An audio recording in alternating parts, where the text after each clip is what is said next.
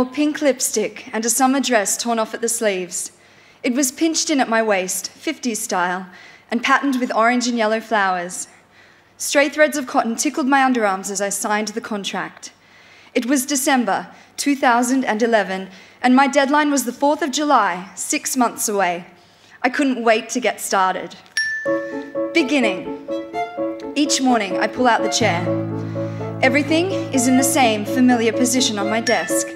My computer, stacked on 3 hardback books to raise it up. The lamp on my right, the printer on my left. There is one piece of paper with tea stains all over it. It's just a piece of curled scrap paper, but I don't want to throw it out. It's where I keep my mug of tea. My dog, Levi, is always with me, watching me. Woof. His tail thumps up and down whenever I get up, like the hand of a clock, ticking. I remember I have a deadline. I'm writing a book, a memoir of my 20s in dresses. It's the stories of all the dresses I keep because they hold a precious memory. It's my first book. I haven't worked out how to structure it yet, how to organize my life into chapters, paragraphs, sentences. But one of the first things I ever learnt about writing was that a story needs 3 things: a beginning, a middle, and an end. I have no idea how to find the beginning and start writing, so instead, I start reading. My favorite authors are American women and Russian men. Didion, Efron, Nabokov, Chekhov. I huddle up with them for weeks, watching how they choreograph their sentences into paragraphs and chapters. You know, you're reading to avoid writing. Clearly your subconscious is terrified of writing the book, so you're distracting yourself with other people's books. No, Levi, this is research. But why do you need to do research? Your book is about you. I move on to my old diaries. My handwriting is really hard to read, and all I discover is that I've lived a lot of ordinary days, just like everyone else. I try to find a thread to unravel my life, so I can then sew it all back up into a book. Just begin at the beginning. Where did your obsession with dresses first start, anyway? Childhood, I presume? My mum is a dressmaker. I remember lifting the heavy lid off her sewing machine and being in awe of it. The little needle that makes something out of nothing, that pricks at the fabric and weaves its glimmering magic through it. I sit there amongst all my old notebooks, feeling jealous of dressmakers. They have something to start with, at least. They have reams of material. You have the material too. You've already lived it. Now just put it through your machine and make something that fits. I push him off my lap and stare at the screen. Middle. A story needs 3 things: a past, a present, and a future. It's already almost July.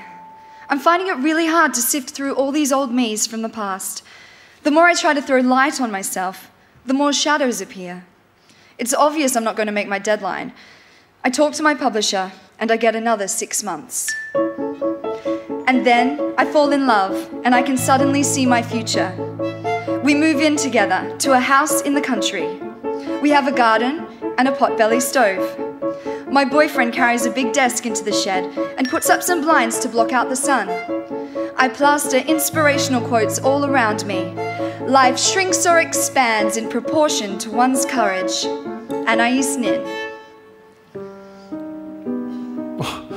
What good is courage if you never sit down and do the work? Shut up, Levi. I have a proper writing studio now. I can really start. The lamp on my right, the printer on my left. I pull out the chair. I start typing with no idea of where I'm going. After every couple of sentences, I stop. I keep looking up, trying to locate the map in my head of where I'm supposed to be going, but there isn't one. Levi's always present in the room, just like my deadline. As the day goes on, he gets prickly and impatient. He needs to go out for a walk. I look at the clock and feel his anxiety pouring at me, scratching at me. I pick him up and give him a cuddle. I sing snippets of a Kate Bush song to him. I put him down and type another sentence. I stop. I Google how to write a book. A story needs 3 things: an everyday bank account for life in the present, a savings account for life in the future, and a credit card account for all past debts. The first 2 accounts are now at 0, and the last one is at negative 7,000. I am officially broke. You really need to get a job. I have a job, Levi. My job is to write this book. You've been writing the book for a year. You are never going to finish it. You should consider a job in the public service. Levi's right. I need a job that pays. I have fallen into a black hole. I stare at the screen, but I can't type a word. All I can think about is money. I email all my contacts and ask them for editing and writing leads. I type up a new resume and hand it in at every nearby restaurant. I go for an interview at a motel as a cleaner. I wear a dress that makes me happy, blue and green, with a full skirt that opens up when I twirl. I don't get the job. I don't get any of the jobs. I don't twirl. One day, I'm driving and I have a panic attack. I pull over and try to breathe as my heart beats outside of my body like a clock. I feel cold all the time. Every day, I pull a thick white woolen cardigan on over my clothes. It's stained and is starting to smell, but I don't care. I pull down all my positive inspirational quotes and stick up a new one from the prolific Canadian author Margaret Atwood. Nobody is making you do this. You chose it, so don't whine. End. It's December again.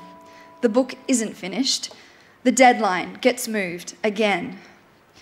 My boyfriend and I are going to visit my family for Christmas. I pack some chocolate Hanukkah money for my nieces and nephews and then go down to the studio to work.